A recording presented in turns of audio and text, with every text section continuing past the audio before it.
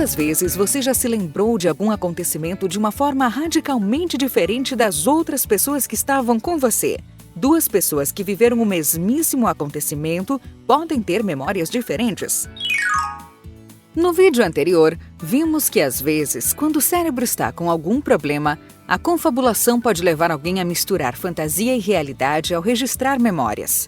Mas será que algo parecido também pode acontecer numa mente saudável? Se você ler uma ou duas vezes a seguinte lista de palavras para algumas pessoas: remédio, vacina, picada, agulha, ampola, furada, veia, injeção. E depois de um tempinho pedir que elas relembrem as palavras, algumas provavelmente incluirão palavras que não faziam parte da lista, como seringa, por exemplo. As palavras adicionadas são falsas memórias decorrentes da habilidade do nosso cérebro de reconstruir nossas lembranças e preencher vazios. Já estudamos isso no vídeo sobre o funcionamento da memória. Nossa memória não é um retrato fiel, mas uma reconstrução. E toda reconstrução tem imprecisões. Essas imprecisões nas nossas lembranças não costumam criar grandes problemas, mas há situações em que memórias importantes podem ser completamente falsas. Jean Piaget, um dos estudiosos mais famosos da psicologia, tinha falsas memórias bastante consistentes sobre quase ter sido sequestrado quando era bebê. A sua babá criou essa história e a repetiu tantas vezes que Piaget lembrava-se inclusive dos gritos das pessoas que tentavam impedir o suposto sequestro. Na verdade, nada do que ele se lembrava tinha acontecido. Eram memórias plantadas pela repetição da história quando ele era muito pequeno.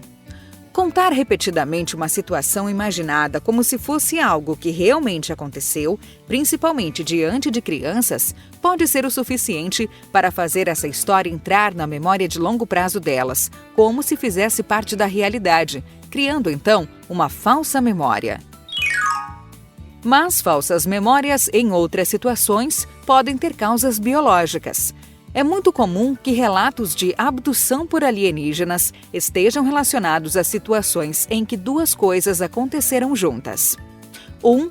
Paralisia do sono, quando alguém acorda e não consegue se mexer. E 2. Alucinações hipnagógicas, quando imagens de sonhos invadem a consciência de alguém que está a ponto de dormir ou de acordar. O misto de paralisia e alucinações gera um estado mental difícil de ser compreendido com base na realidade terrena cotidiana, oferecendo terreno mental fértil para histórias de abdução e de outros fenômenos aparentemente inexplicáveis.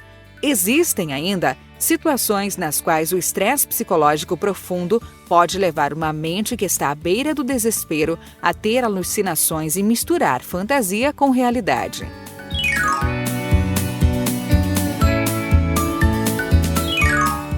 Entretanto, existem situações nas quais falsas memórias podem causar problemas bem sérios no mundo real, como as situações nas quais pessoas inocentes são erroneamente acusadas de crimes. Nesse contexto, geralmente utiliza-se o termo síndrome da falsa memória. Casos famosos envolvem, por exemplo, crianças acusando adultos de abusos e atos inadequados. Em alguns casos, as lembranças que fundamentam essas acusações são resultado de terapias para a recuperação de memórias reprimidas. O objetivo dessas terapias é o de ajudar pessoas a se lembrar e a lidar com cenas traumáticas de seu passado que foram reprimidas. Entretanto, um dos riscos da terapia, por mais bem treinado que seja o terapeuta, é a possibilidade de que tais lembranças não tenham base em experiências reais. Falsas memórias também podem gerar problemas legais em reconhecimento de suspeitos.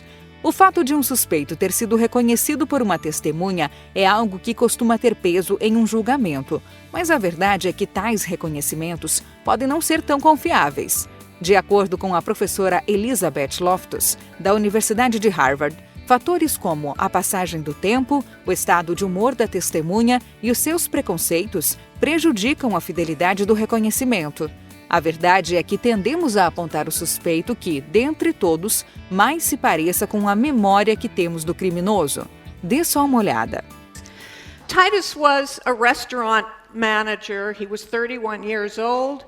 He lived in Seattle, Washington. He was engaged to Gretchen, about to be married. She was the love of his life. And one night, the couple went out for a romantic restaurant meal. They were on their way home, and they were pulled over by a police officer. You see, Titus's car sort of resembled a car that was driven earlier in the evening by a man who raped a female hitchhiker. And Titus kind of resembled that rapist. So the police took a picture of Titus. They put it in a photo lineup. They later showed it to the victim, and she pointed to Titus's photo. She said, "That one's the closest." The police and the prosecution proceeded with a trial, and when Steve Titus was put on trial for rape, the rape victim got on the stand and said, "I'm absolutely positive that's the man." And Titus was convicted.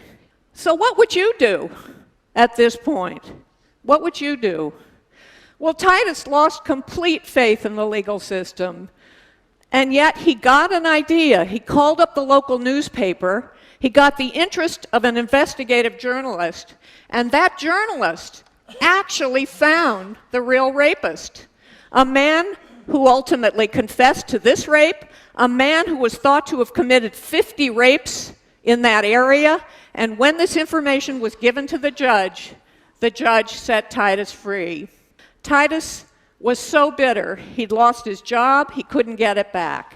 He lost his fiancée, she couldn't put up with his persistent anger. He lost his entire savings, and so he decided to file a lawsuit against the police and others whom he felt were responsible for his suffering. And that's when I really started working on this case, trying to figure out how did that victim go from "that one's the closest" to "I'm absolutely positive that's the guy." Well, Titus was consumed with his civil case as he spent every waking moment thinking about it, and just days before he was to have his day in court, he woke up in the morning, doubled over in pain, and died of a stress-related heart attack. He was 35 years old. Unhappily, Steve Titus is not the only person to be convicted based on somebody's false memory.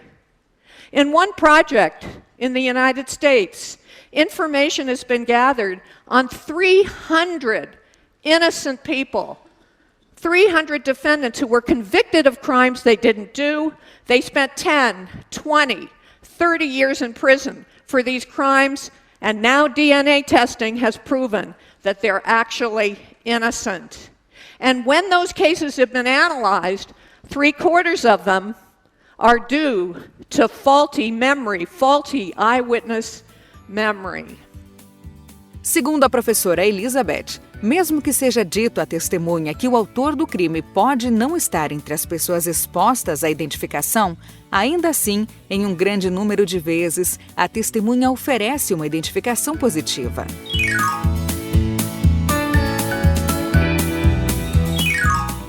Já a desordem de estresse pós-traumático é uma situação em que memórias bem reais transformam a vida do seu portador em um verdadeiro inferno. Essa condição psicológica, extremamente debilitante, geralmente é desencadeada após experiências nas quais alguém se sentiu impotente e com a vida em extremo risco.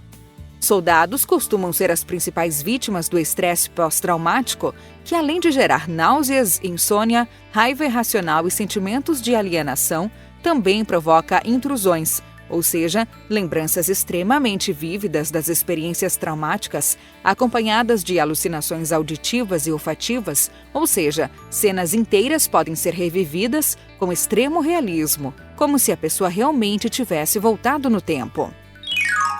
Pois é, já deu para percebermos que a memória humana é um sistema muito complexo, cheio de segredos e, por isso mesmo, fascinante de ser estudado. No próximo episódio, vamos dar uma olhada em mais alguns fenômenos ligados à memória, como o déjà vu e a percepção do tempo. Eu aguardo você!